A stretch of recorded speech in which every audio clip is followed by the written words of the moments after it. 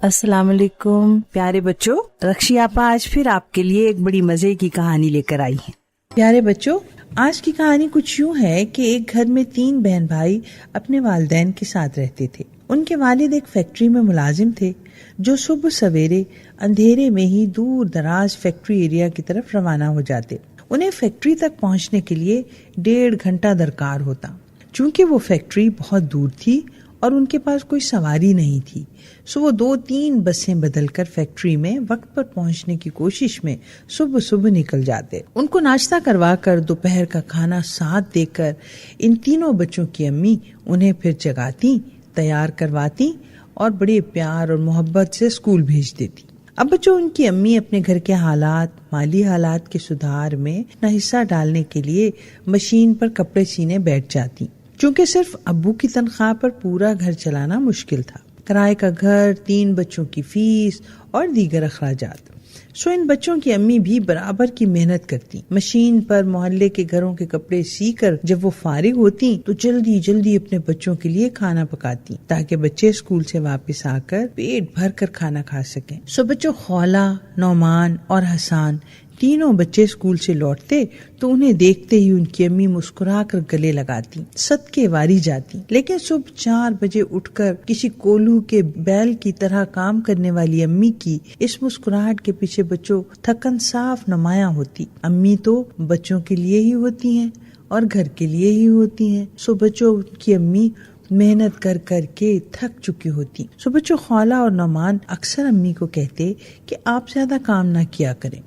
وہ دونوں آ کر ماں کا ہاتھ بٹاتے، لیکن بچوں، یہ جو سب سے بڑا حسان تھا نا، یہ ہر وقت ماں پر نکتہ چینی کرتا کہ امی نے یہ کیسا کھانا پکایا ہے، امی نے میرے کپڑے ٹھیک استری نہیں کیے، امی نے جو ساتھ لنچ دیا اس میں سے بو آ رہی تھی۔ بچوں، حسان کئی بار کھانے کے دسترخوان پر سالن بھری پلیٹ اٹھا کر دیوار سے مار دیتا کہ یہ بھی کوئی کھانا ہے امی، یہ کیسا کھانا پکایا ہے آپ نے، نہیں کھانا مجھے یہ کھانا۔ سو بچوں، اب آپ یہ دیکھو کہ یہ کتنی بری بات ہے کہ وہ ماں کی حوصلہ افزائی کرنے کی بجائے ماں کے ہر کام میں کیڑے نکالتا۔ اس کی امی کی آنکھوں میں آنسو آ جاتے، لیکن اسے قطعاً اس کا احساس نہیں تھا۔ خولا نے بچوں ایک دن اپنے دونوں بھائیوں سے کہا کہ ہم امی کے کاموں میں ان کا ہاتھ بٹایا کریں۔ جب ہم اسکول سے گھر لوٹیں تو انہیں آرام کرنے کے لیے بستر پر سکون سے لیٹنے کا موقع فراہم کریں، اور جتنے کام پڑے ہوں ہم سب مل کر کریں۔ ہم تینوں مل کر کپڑے دھوئیں، استری کریں، گھر کی صفائی کریں، کچن کے تمام گندے برتن بھی دھو دیں۔ نعمان نے کہا کہ یہ جو ہم آ کر اپنے بستے، اپنی کتابیں، اپنے کپڑے ادھر ادھر پھینک دیتے ہیں، اب امی کوئی ہماری ملازمہ تو نہیں ہے نا جو ہر کام ہم ان پر ڈال دیتے ہیں۔ سو بچوں، ان دونوں نے، نعمان اور خولا نے اپنی اپنی ذمہ داری کے کام بانٹ لیے، لیکن بچوں حسان نے پھر ویسا ہی کیا، اور حسان بالکل نہ مانا۔ اس نے کہا سب کی مائیں کام کرتی ہیں، اللہ تعالیٰ نے ماؤں کو بھیجا ہی بچوں کے کام کرنے کے لیے۔ سو بچوں، ہوا کچھ یوں کہ ان کی امی حسان کی ان باتوں سے اپنے دل کو بہت دکھا بیٹھی۔ انہوں نے ان باتوں کا اپنے دل پر بہت اثر لیا، اور انہیں اپنے گھر کی غربت، محنت اور زیادہ کام کرنے سے نہیں بلکہ حسان کی کڑوی اور ترش باتوں نے بیمار کر دیا، اور انہیں دل کا عارضہ لگ گیا، اور دھیرے دھیرے بچوں وہ بستر سے لگ گئی۔ خولا اور نعمان نے حسان کو خوب برا بھلا کہا کہ تم نے ماں کی عزت اور احترام کا خیال نہیں کیا، اسی لیے ان کی صحت گرتی جا رہی ہے۔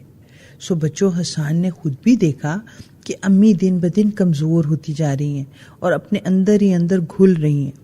آخر کار بچوں، حسان کو خدا نے ہدایت دی اور اسے شرمندگی کا احساس ہونا شروع ہو گیا۔ اس نے خود پر لعنت بھیجی کہ وہ اس عظیم ماں کو برا بھلا کہتا رہا اور ان کے بارے میں غلط باتیں کرتا رہا۔ سو بچوں، وہ دن اور آج کا دن، حسان اپنی ماں کا ہاتھ بٹانے میں سب سے پیش ہے۔